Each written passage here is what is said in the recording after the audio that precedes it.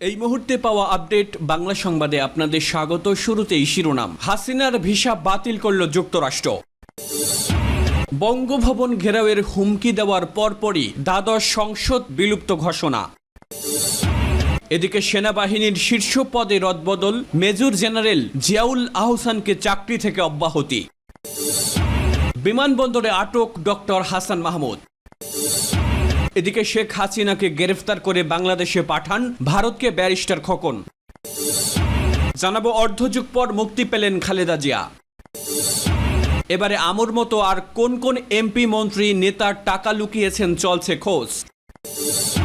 সবশেষে জানাবো ধৈর্য রেখে দায়িত্ব পালনের আহ্বান জানালেন আইজিপি। শিরোনাম শুনছিলেন, এবারে বিস্তারিত।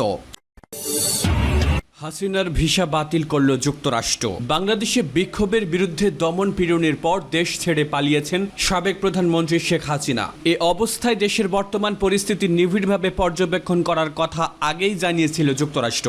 একই সঙ্গে বাংলাদেশে অন্তর্বর্তী সরকার গঠন প্রক্রিয়াকে গণতান্ত্রিক ও অন্তর্ভুক্তিমূলক হওয়ার আহ্বানও জানিয়েছে দেশটি। এর মধ্যে স্টেট ডিপার্টমেন্টের একটি ঘনিষ্ঠ সূত্র নিশ্চিত করেছে বাংলাদেশের সাবেক প্রধানমন্ত্রী শেখ হাসিনার ভিসা বাতিল করেছে যুক্তরাষ্ট্র। ব্রিটিশ সাংবাদিক ডেভিড বার্গম্যান টুইটে একথা জানিয়েছেন। শেখ হাসিনা সোমবার বিকেলে বাংলাদেশ ছেড়েছেন এবং ভারতে বসেই তার পরবর্তী পদক্ষেপের বিষয়ে সিদ্ধান্ত নেবেন বলে জানা গেছে। হাসিনার ছেলে সজীব ওয়াজেদ জয় ভার্জিনিয়ায় থাকেন। মার্কিন যুক্তরাষ্ট্রে হাসিনার ভ্রমণের কোনো পরিকল্পনা ছিল কিনা তা স্পষ্ট নয়। বার্গম্যান সামাজিক মাধ্যমে লিখেছেন, হাসিনা যুক্তরাজ্যে আশ্রয় চাওয়ার কথা বিবেচনা করছেন। সেখানে তার বোন এবং ভাগ্নি থাকেন। হাসিনা যে পদ্ধতিতে ব্রিটেনের কাছে আশ্রয় চেয়েছেন, অভিবাসন আইন অনুযায়ী তা সম্ভব নয়। ওই পদ্ধতিতে কাউকে আশ্রয় দিতে পারে না ব্রিটেন। নিয়ম অনুযায়ী যাদের আন্তর্জাতিক নিরাপত্তা প্রয়োজন তারা দেশ ছাড়ার পর প্রথম যে নিকটবর্তী নিরাপদ দেশে পা রাখছেন সেখানে আশ্রয় চাওয়ার কথা। সেটাই তার নিরাপত্তা পাওয়ার দ্রুততম রাস্তা। এক্ষেত্রে ভারতের নাম উঠে আসছে। তবে হাসিনার কাছে একটি ভিসা থাকতে পারে যা তাকে যুক্তরাজ্যে ভ্রমণের অনুমতি দেবে। দ্বাদশ সংসদ বিলুপ্ত ঘোষণা। অবশেষে বিকাল ৩টার দিকে সংসদ ভেঙে দেওয়ার ঘোষণা দিয়েছেন রাষ্ট্রপতি শাহাবুদ্দিন চুপ্পু। মঙ্গলবার বিকেল ৩টার দিকে এই ঘোষণা দেন তিনি। রাষ্ট্রপতির কার্যালয় থেকে এ নিয়ে প্রজ্ঞাপন জারি করা হয়েছে। ছাত্র জনতার গণবিস্ফোরণের মুখে সোমবার পদত্যাগ করে দেশ ছেড়ে ভারতে পালিয়েছে শেখ হাসিনা। এমন পরিস্থিতিতে ৩ বাহিনী প্রধান এবং বিভিন্ন রাজনৈতিক দলের সঙ্গে বৈঠকে বসেন রাষ্ট্রপতি শাহাবুদ্দিন চুপ্পু। সেখানে দ্রুততম সময়ের মধ্যে সংসদ বিলুপ্তির কথা বলেছিলেন রাষ্ট্রপতি শাহাবুদ্দিন চুপ্পু। আন্দোলনকারীদের প্রত্যাশা ছিল রাতের মধ্যেই সংসদ বিলুপ্তির ঘোষণা আসবে, কিন্তু মঙ্গলবার দিন পেরিয়ে দুপুর হলেও এই ঘোষণা আসেনি। সংসদ বিলুপ্তি ঘোষণা করতে বিকেল ৩টার মধ্যে সময়সীমা বেঁধে দেয় বৈষম্য বিরোধী ছাত্র আন্দোলন। দাবি আদায় না হওয়া পর্যন্ত রাজপথে ছাত্র জনতাকে শান্তিপূর্ণ অবস্থানের আহ্বান জানায় তারা। এ সময় বেঁধে দেওয়া সময়ের মধ্যে সংসদ বিলুপ্ত না করলে বঙ্গভবন ঘেরাওয়ের হুমকি দেয় আন্দোলনের অন্যতম সমন্বয়ক সার্জিস আলম। সংসদ বিলুপ্তির ঘোষণা আসার শেষ পর্যন্ত অপ্রীতিকর পরিস্থিতি আর হয়নি। সেনাবাহিনীর শীর্ষ পদে রদবদল। বাংলাদেশ সেনাবাহিনীর শীর্ষ পদে রদবদল করা হয়েছে। মঙ্গলবার আন্তঃবাহিনী জনসংযোগ পরিদপ্তর আইএসপিআর থেকে এক সংবাদ বিজ্ঞপ্তিতে একথা জানানো হয়। আইএসপিআর পরিচালক লেফটেন্যান্ট কর্নেল সামিউদ্দৌলা চৌধুরী স্বাক্ষরিত বিজ্ঞপ্তিতে বলা হয়, মেজর জেনারেল জিয়াউল আহসানকে চাকরি থেকে অব্যাহতি, লেফটেন্যান্ট জেনারেল মোহাম্মদ সাইফুল আলমের চাকরি পররাষ্ট্র মন্ত্রণালয়ে ন্যস্ত করা হয়েছে। লেফটেন্যান্ট জেনারেল মোহাম্মদ মুজিবুর রহমানকে GOC army training and doctrine command, lieutenant general Ahmed Tabrez Shams চৌধুরীকে সেনাবাহিনীর কোয়ার্টার মাস্টার জেনারেল করা হয়েছে। এছাড়া লেফটেন্যান্ট জেনারেল মিজানুর রহমান শামীমকে সেনাবাহিনীর chief of general staff, lieutenant general Mohammad Shahinul হককে কমান্ড্যান্ট এনডিসি এবং মেজর জেনারেল আসম রিদাওয়ানুর রহমানকে এনটিএমসির মহাপরিচালক হিসেবে নিয়োগ দেওয়া হয়েছে। বিমানবন্দরে আটক ডক্টর হাসান মাহমুদ। বিদেশে পালিয়ে যাওয়ার সময়ে বিমানবন্দরে আটক হয়েছেন ক্ষমতাচ্যুত সদ্য সাবেক পররাষ্ট্রমন্ত্রী ডক্টর হাসান মাহমুদ। মঙ্গলবার বিকালে বিমানবন্দর কর্তৃপক্ষ এ তথ্য নিশ্চিত করেছে।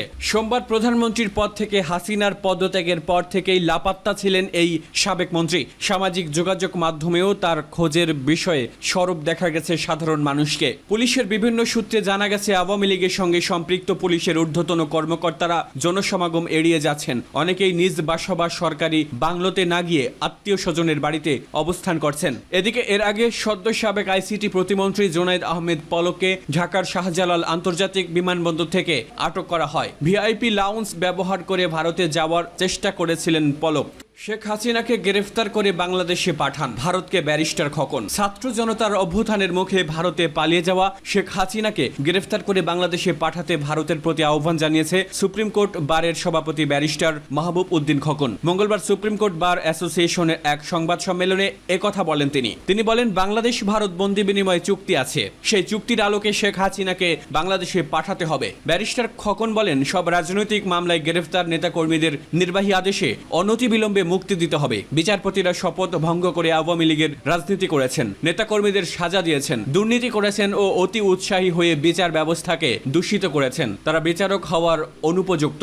1 সপ্তাহের মধ্যে তাদের পদত্যাগ করার আহ্বান জানান তিনি। কোটা সংস্কার আন্দোলনে ছাত্র শহীদদের জাতীয় বীরের মর্যাদার দাবি জানিয়ে বার সভাপতি বলেন, রাষ্ট্রকে নতুন করে সাজাতে হবে। সব লুটপাট করে দেশটাকে শেষ করে দিয়েছে আওয়ামী নেতারা। তারা যেন ব্যাংক থেকে কোনো টাকা উত্তোলন করতে না পারে, সেজন্য বাংলাদেশ ব্যাংকে প্রয়োজনীয় ব্যবস্থা নেওয়ারও দাবি করেন তিনি। অর্ধযুগ পর মুক্তি পেলেন খালেদা জিয়া। বিএনপি চেয়ারপারসন ও 3 বারের সাবেক প্রধানমন্ত্রী বেগম খালেদা জিয়াকে মুক্তি দেওয়া হয়েছে। আজ 6 আগস্ট মঙ্গলবার এক আদেশে তাকে মুক্তি দেওয়া হয়। মঙ্গলবার বিকেলে প্রেসিডেন্টের প্রেস উইং এর পাঠানো এক বিজ্ঞপ্তিতে বিষয়টি জানানো হয়েছে। বিজ্ঞপ্তিতে বলা হয়েছে, বিএনপি চেয়ারপারসন বেগম খালেদা জিয়াকে মুক্তি দেওয়া হয়েছে। এছাড়া 1 জুলাই থেকে 5 আগস্ট পর্যন্ত বৈষম্য বিরোধী আন্দোলন ও বিভিন্ন মামলায় আটকদের মুক্তি দেওয়া শুরু হয়েছে এবং এরই মধ্যে অনেকে মুক্তি পেয়েছে। কথিত দুর্নীতি মামলায় 8 ফেব্রুয়ারি 2018 সালে খালেদা জিয়াকে কারাগারে পাঠানো হয়েছিল। পরে বাসায় থেকে চিকিৎসা ও বিদেশে না যাওয়ার শর্ত সাপেক্ষে 6 মাসের জন্য কারাগার থেকে মুক্তি দেওয়া হয়। পরে কয়েক দফায় সেই মেয়াদ বাড়ানো হয়। আমুর মতো আর কোন কোন এমপি মন্ত্রী নেতা টাকা লুকিয়েছেন চলছে খোঁজ। থলের বেড়াল বের হচ্ছে। পতন হওয়া শেখ হাসিনা সরকারের মন্ত্রী এমপি সহ আওয়ামী লীগ নেতাদের বাড়িতে মিলছে অবৈধ কোটি কোটি টাকা। আমির হোসেন আমুর বাড়িতেই পাওয়া গেছে 5 কোটি টাকা। ওবায়দুল কাদেরের ভাই কাদের মির্জার বাড়িতেও মিলেছে কোটি কোটি টাকা। গণমাধ্যমে চাঞ্চল্যকর এসব সংবাদ প্রকাশের পর প্রশ্ন আসছে, আওয়ামী লীগ সরকারের আর কোন কোন মন্ত্রী এমপি এবং দলটির কোন কোন নেতা আমুর মতো বাড়িতে টাকা ডলার লুকিয়ে রেখেছিলেন। এসব অবৈধ অর্থের বিষয়ে দুর্নীতি দমন কমিশন দুদক এখন কি পদক্ষেপ নেবে? দুর্নীতি বিরোধী সংস্থাটি এখন কি আসলেই ব্যবস্থা নেবে, নাকি আগের মতো ঢিমে তালে এড়ানোর চেষ্টা করবে? এসব প্রশ্নই এখন সচেতন মহলে ঘুরপাক খাচ্ছে। এদিকে ক্ষমতার অপব্যবহার করে শেখ হাসিনা সরকারের যেসব মন্ত্রী এমপি অবৈধভাবে হাজার হাজার কোটি টাকার মালিক বনেছেন, তাদের বিষয়ে মাঠে নেমেছেন গোয়েন্দারা। উচ্চ পর্যায়ের সূত্রে ঢাকা টাইমস জানতে পেরেছে, আওয়ামী লীগের প্রভাবশালী নেতাদের পাশাপাশি দল ঘনিষ্ঠ আরও যারা নানাভাবে অবৈধ অর্থ সম্পত্তির মালিক হয়েছেন, তাদের বিষয়েও তথ্য সংগ্রহ চলছে। দেশে ক্ষমতার এমন পালাবদল হয়ে গেলেও এখন পর্যন্ত প্রভাবশালী আমলা ও পুলিশ কর্তাদের দেখা যায়নি। মন্ত্রী এমপিদের পাশাপাশি সাবেক বর্তমান আমলাদের অনেকেই দেশ ছেড়েছেন বলে গুঞ্জন আছে। এছাড়া অনেকে ভিআইপি সিআইপি দেশ ত্যাগ করেছেন। এই দেশ পলাতকদের তালিকা লম্বা বলে জানাচ্ছে বিমানবন্দর সূত্র।